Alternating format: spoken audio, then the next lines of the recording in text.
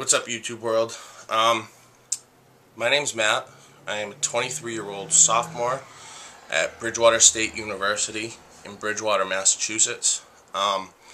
Reason I'm making this video is because I want to share my drug addiction story and how it just completely ravaged me. It ravaged my family, destroyed relationships with friends, and I want to put that out there because I'm a huge advocate for addiction, and hopefully it'll help somebody after seeing this or hearing about it.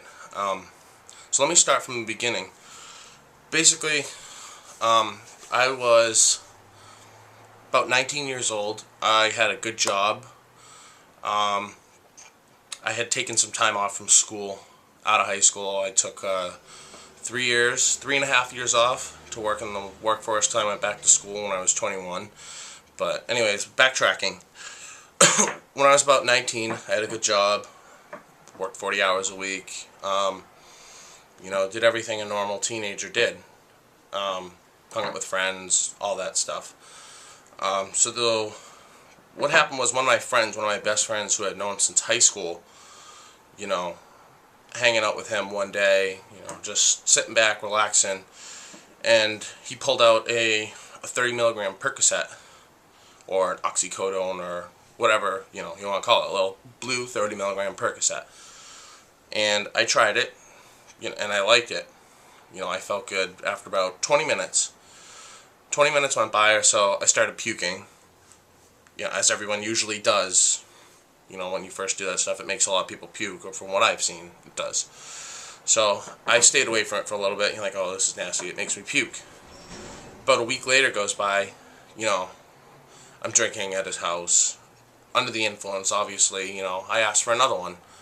So he gives me another one, I take it, and I puke again, like an idiot. So, but it was just something drawn to it, I'm like, oh, I like that feeling I had when I took it, especially under the influence of alcohol. It affected it more, but it's actually really, really dangerous until a lot of people die from drug overdoses mixed with alcohol. It's really, really dangerous, but, I'm young and invincible at that time, So, like I said, this went on, back and forth. Every now and then I'd take one, and I got used to it, and I started to stop puking. And, I'm like, oh, this is nice. And it was just like a weekend warrior kind of thing. But a year later, that went on for about a year, but about a year later, I got let go from my job. 20 years old, I got let go. I had a ton of money saved up, upwards of a few grand saved up, and no bills because I was living with my parents or nothing like that. No bills, no nothing. So, obviously, you got a ton of money and you're not doing anything. What are you gonna do? So, I lost my job that I was at for a couple of years, and I got depressed, and I just started, going to my friend. I saw him all the time. He was my best friend. So, I'm going there and I'm paying him for this stuff now. He's not just giving it away like, oh, here, try this. Yeah, sure, I'll be a good friend, He's now my drug dealer.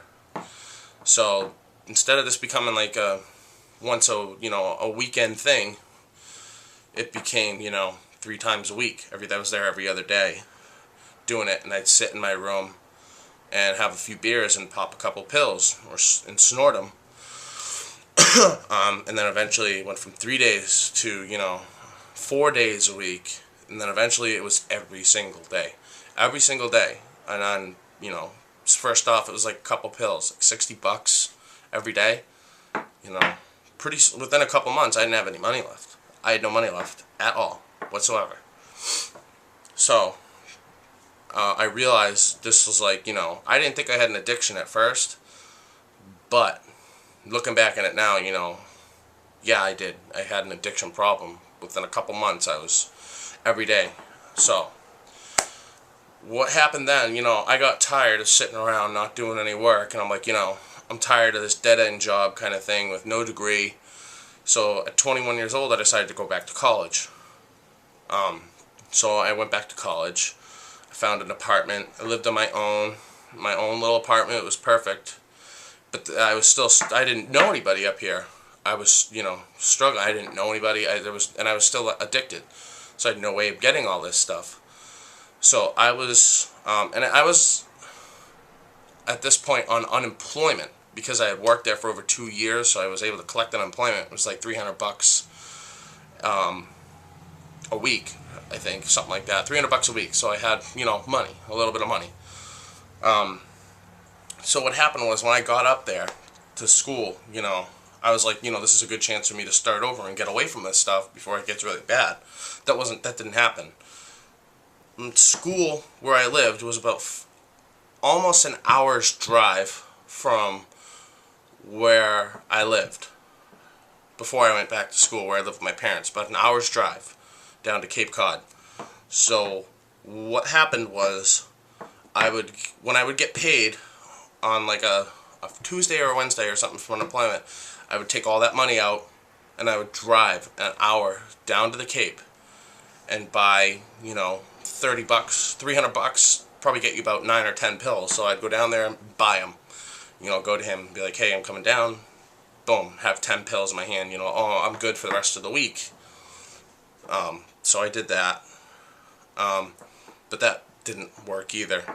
Every night I'd usually only have like 2, and I'd just do it during the night to relax and hang out.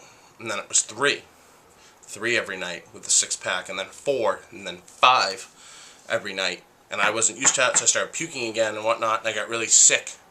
And it was really dangerous. Sometimes I would just, boom, nod out completely. Just sitting there watching TV in my bed, and I just, boom, crash. I wouldn't remember anything that happened because I'd taken so many and drank on them, so it intensified it, So this went on for a long, through a whole semester. 4 or 5 months. This went through a whole semester. I was down there about 3 times a week, making that trip 3 times a week. Sometimes waiting for him to get out of work upwards of 4 hours. And my parents had no idea any of this was going on, so I kind of had to, while I drive down there, I kind of had to hide,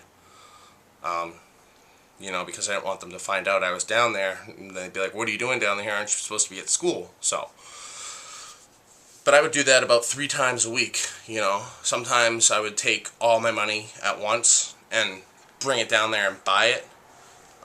Sometimes I would only take about, $90, go down there, buy 3 for a night, or 3 for 2 days, and then the next couple days later I go back, pay him again. You get the gist of what I'm saying. But either way, I spent, upwards of $300 to $400 a week on these little 30s, Percocet 30s. So that went on for a while. Like I said, I'd just completely sit in bed sometimes and just boom, crash out completely. While this is going on, a couple of kids I went to high school, died in this process of, I shouldn't say process, but they died, from addiction. A couple of kids I knew, you find out, oh, he died from the same stuff I was taking, So it was dangerous, to think about it, but at the same time I didn't think about the consequences because, I was invincible and I liked that feeling of being high.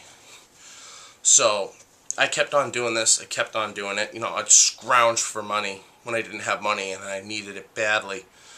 I would drive, even if when he didn't have it, my friend have it, I'd go to other people because I knew other people because it's pretty easy to find it down on the Cape. So I'd scrounge money, I'd sell clothes, I'd sell DVDs, I'd use Coinstar, anything at all to find, at least enough to buy a couple of pills. And I'm doing all this at the same time while in school, too. And I'm actually doing good in school, A's and B's in school. So, it's like a highly functional junkie, I guess you could say, which is kind of weird. I've never really met a highly functioning junkie, but, I guess that's what you could call me to the point. So this went on for a while. But what really scared me, really scared me, is that when I tried to say, oh, I'm gonna stop this, I couldn't do it. There were times where I couldn't find money, and I'm like, what, I'll ride it out, I'll be okay. And the next day I'd wake up and I was just in terrible withdrawals, pain and sweating, grogginess and laziness, and I just couldn't get out of bed at all. And I'd be begging and begging and begging somebody to just, help me. So, I'd go days of just sitting in bed when I didn't have money to buy them, just think I could ride this out, not go to class, nothing, just bedridden, completely sick. I'd lose weight, I wouldn't eat, I wouldn't shower, I wouldn't get up for anything, nothing. If there was a fire in my apartment, I probably wouldn't even freaking get up for that because I was so fucked up, I felt so sick. So,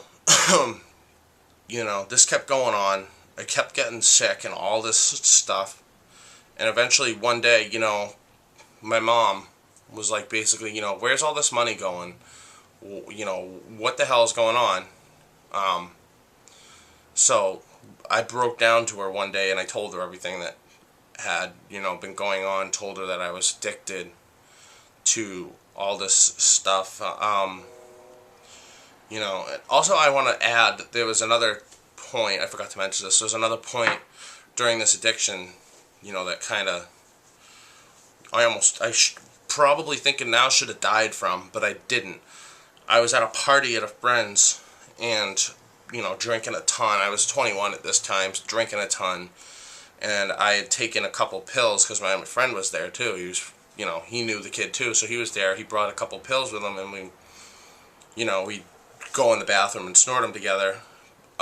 So I felt fine. I left the party at like 2 o'clock, and then this party was about, maybe a half hour's drive from my parents' house, so I, left 2 in the morning, drove home, and I got really tired on the way home. Like, I can make it. I'm almost home. I was about 5 minutes till home. I can make it. I had bought a brand new truck. Well, not brand new, but a nice truck too. Just bought it. So I'm like, oh, I'm really tired. I can get home. I can make it. But I fell asleep at the wheel. I just passed out, blacked out, because I was so drunk and so high. Blacked out, going 55 miles an hour. And the next thing I remember was boom! And I hit my head off the windshield, and the airbag went off and knocked the wind out of me. I thought I broke my ribs. I wasn't wearing a seatbelt at all. I thought I broke my ribs, and the car horn was, because when I hit a tree doing 55 miles an hour. I knocked 3 trees into the road, like thick trees, like this thick, into the road. Just went right through them until I hit one and stopped. The hood of the truck was up in my windshield, like the front of the truck was perfectly rounded, like this, around the tree, because I hit it so hard, like perfectly smooth, rounded, because I hit it so fucking hard. But, I walked away from that with no seatbelt, nothing, without a scratch, nothing. I was sore the next day. This was on the day before my 21st birthday too. So, it was that night, I turned 21. So it was like a party for my 21st birthday, yeah. So, I hit that tree.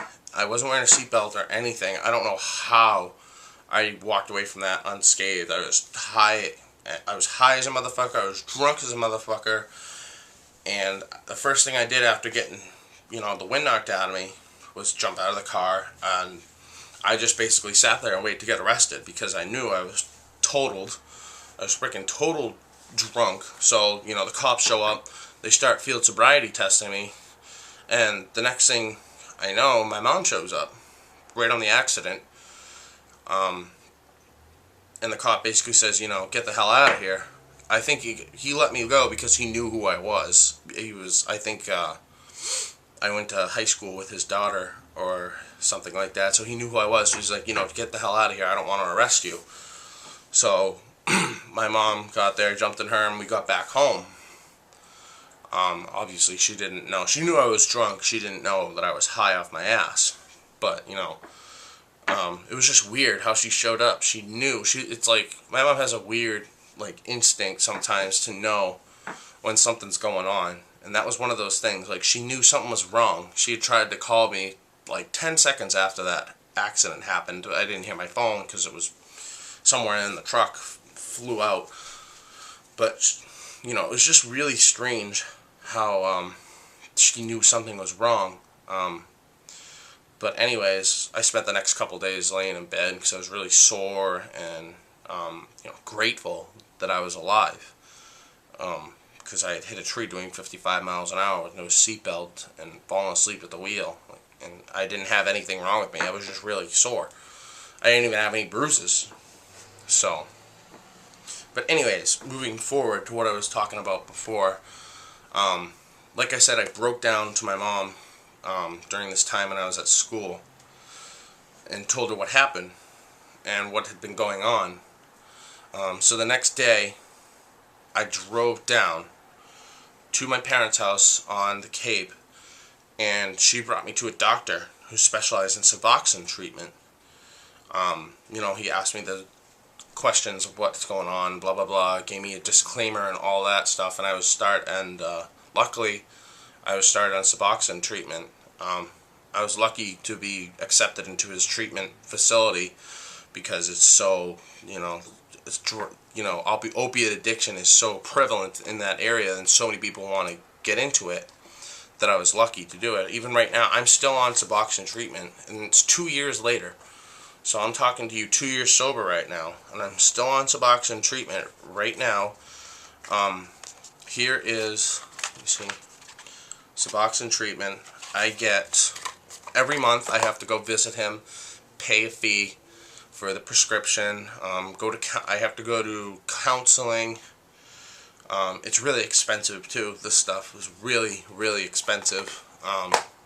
Or the doctor's visit's at least expensive, not the prescription, because I have insurance. Insurance covers that, but the doctor's fee to get this stuff is really expensive. They actually just, my doctor just raised the price again for like the third time on doctor's visits for Suboxone. But basically, after I got on that, I've been clean for 2 years. The Suboxone, saved my life. You can kind of look at it as trading one addiction for another, because, if I don't take this stuff for like a day, I get really sick, like withdrawal sick, because it does have a little bit of opiates in it, but not enough to, just enough to give that craving feeling out of your head. It's, I was going to explain how it works and all that, but it's really complicated and I don't really feel like doing it, so just look it up, I guess. Or if you really want me to explain how it works, just ask me, I'll make a video, but I don't fucking know. So anyways, yeah, basically I've been on Suboxone treatment for about 2 years now. I'm probably going to be getting off it really soon because I'm tired of paying money for it and I really want to get away, from this whole addiction thing. Like I said, that is addictive. The Suboxone is addictive, but I'd rather be addicted to that and function normally than addiction to pills and just be a complete fucking zombie and probably end up dead in a couple years. So, basically that's my story, guys. If you want me to elaborate a little bit more, there's other, things that went on, other things I witnessed, but I'm just giving you a basic, in a nutshell kind of story. I could sit up here and blabber for about an hour or two about everything that went on. But if you want me to elaborate a little bit more, feel free to message me, feel free to comment below, or, feel free to email me or anything. If you want to talk about, talk about anything with your addiction problems or anything that's going on in your life, you're more than welcome. I go and I talk to people about these things all the time. I'm actually doing a study on it right now for school, for my communications class.